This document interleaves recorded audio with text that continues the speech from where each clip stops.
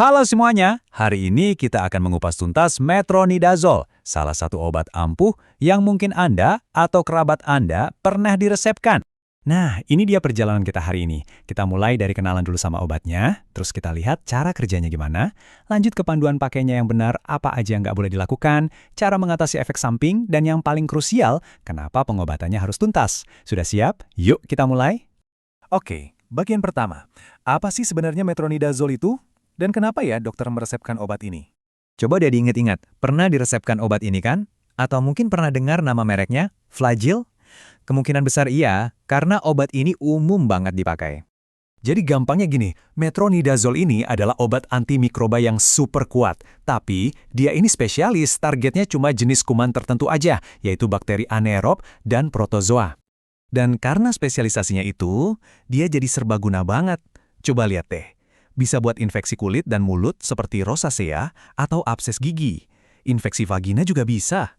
Masalah perut dan usus kayak H. pylori atau C. diff yang serius itu, metronidazole jagonya. Bahkan buat luka yang terinfeksi sampai penyakit radang panggul. Keren kan? Oke, sekarang kita masuk ke bagian yang seru nih. Gimana sih cara kerjanya? Kok bisa ya dia pinter banget milih targetnya? Si penjahatnya aja. Nah, kuncinya ada di sini. Bakteri anaerob dan protozoa ini unik. Mereka itu kuman yang justru hidup subur di tempat-tempat yang kurang oksigen. Bayangin aja kayak di bagian dalam usus kita atau di dalam luka yang dalam. Nah, kimia di dalam tubuh mereka itu beda dari kuman lain. Dan juga beda dari sel tubuh kita. Prosesnya itu cerdas banget. Pertama, molekul obatnya yang kecil itu gampang masuk ke dalam sel kuman. Begitu di dalam, dia belum aktif loh. Dia butuh kunci buat nyala. Nah, kuman ini punya protein khusus yang fungsinya kayak tombol on. Begitu obatnya dinyalakan oleh si kuman, wush, dia langsung rusak DNA si kuman. DNA-nya rusak, kuman nggak bisa berkembang biak lagi, dan akhirnya mati. Kerennya, sel tubuh kita nggak punya tombol on itu, jadi kita relatif aman. Nah, karena kita udah tahu cara kerjanya, sekarang yang paling penting, gimana cara pakainya yang benar? Ini panduan langkah demi langkah buat Anda. Metronidazole ini datang dalam berbagai bentuk. Nggak cuma tablet aja. Ada yang bentuk tablet, ini yang paling umum ya. Terus ada juga yang cair, gel atau krim, bahkan supositoria. Kalau di rumah sakit, bisa juga lewat infus. Jadi pastikan Anda tahu persis bentuk apa yang diresepkan. Oke, buat yang paling umum, tablet dan cairan. Aturannya simple tapi krusial. 1. Selalu ikuti instruksi dokter. Dosisnya, frekuensinya, jangan diubah-ubah. 2. Kalau tablet, telan utuh pakai air, dan bagusnya sih sesudah makan, biar perutnya nyaman. 3. Kalau dapat yang cair, wajib pakai sendok takar yang dikasih. Jangan pakai sendok makan biasa ya. Dan 4. Usahakan minum di jam yang sama setiap hari, biar kadar obat di tubuh stabil. Gimana kalau dapatnya yang gel, krim, atau supositoria? Aturan dasarnya sama, kebersihan. Selalu cuci tangan sebelum dan sesudah pakai. Kalau buat kulit, olesin tipis-tipis aja di area yang bermasalah dan hati-hati jangan sampai kena mata. Buat yang penggunaan vagina atau rektal, nah ini harus baca baik-baik petunjuk di kemasannya. Oh, dan satu lagi, khusus buat gel vagina, hindari dulu hubungan seksual selama masa pengobatan ya.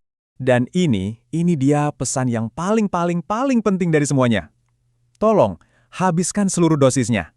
Meskipun Anda udah merasa baikan di hari ketiga atau keempat, jangan berhenti. Ini wajib diingat. Oke, sekarang kita masuk ke bagian yang gak kalah penting. Aturan jangan lakukan. Ini adalah peringatan yang wajib dan mutlak harus Anda tahu. Nomor 1, dan ini nggak bisa ditawar sama sekali, alkohol. Selama Anda minum obat ini, alkohol itu haram hukumnya. Sama sekali nggak boleh, titik. Dan setelah dosis terakhir pun, jangan langsung minum. Tunggu dulu, minimal 48-72 jam. Kasih jeda yang aman. Kenapa sih segitu kerasnya aturannya? Karena kalau nekat, Anda bakal kena yang namanya reaksi mirip disulfiram. Rasanya, bayangin aja mual dan muntah yang parah banget, perut sakit dan kram, muka jadi merah panas, jantung berdebar kenceng, plus sakit kepala hebat. Ini bukan mabuk biasa, ini reaksi kimia yang bikin sengsara. Jadi, jangan pernah dicoba. Selain alkohol, ada hal lain yang harus Anda jujur ke dokter. Kalau Anda sedang hamil, punya riwayat penyakit hati, atau lagi minum obat pengencer darah kayak warfarin, wajib bilang. Karena metronidazole ini bisa berinteraksi dan gak cocok untuk semua kondisi. Oke, seperti obat pada umumnya, metronidazole juga bisa punya efek samping. Yuk kita bedah mana yang wajar dan kapan Anda harus waspada, lalu hubungi dokter. Nah, kita bagi dua ya. Di kiri, ini efek samping yang umum dan biasanya nggak berbahaya. Misalnya, mulut terasa kayak logam, atau air seni jadi lebih gelap kecoklatan. Ini normal, jangan panik. Mungkin juga sedikit mual. Ini bisa diatasi dan biasanya nggak perlu stop obat. Tapi, lihat yang di kanan. Ini yang serius dan butuh perhatian segera. Kalau kulit atau mata Anda jadi kuning, muncul ruam aneh, tangan atau kaki kesemutan, atau sampai bingung parah dan kejang, jangan tunda. Langsung hubungi dokter Anda. Dan kita sampai di bagian akhir. Tapi ini adalah kebiasaan terpenting yang jadi penentu keberhasilan pengobatan Anda. Aturan nomor 1 yang paling penting dari semuanya adalah selesaikan seluruh dosis Anda. Saya ulang lagi ya, selesaikan, habiskan, tuntaskan. Jangan sisakan 1 tablet pun, bahkan ketika Anda merasa sudah sehat. Jadi, mari kita rangkum poin-poin kuncinya. 1. Metronidazole itu obat spesialis. 2. Minum sesuai resep, jangan kurang, jangan lebih, dan yang paling penting, sampai tuntas. 3. Aturan tanpa alkohol itu harga mati. Dan 4. Kenali bedanya efek samping yang biasa aja dengan yang serius, biar Anda tahu kapan harus bertindak. Dengan tahu cara kerja obat dan cara pakainya yang benar, Anda sekarang jadi lebih berdaya kan? Anda bisa ikut andil dalam menjaga kesehatan Anda sendiri. Nah, semoga penjelasan ini bermanfaat ya. Terima kasih sudah menyimak.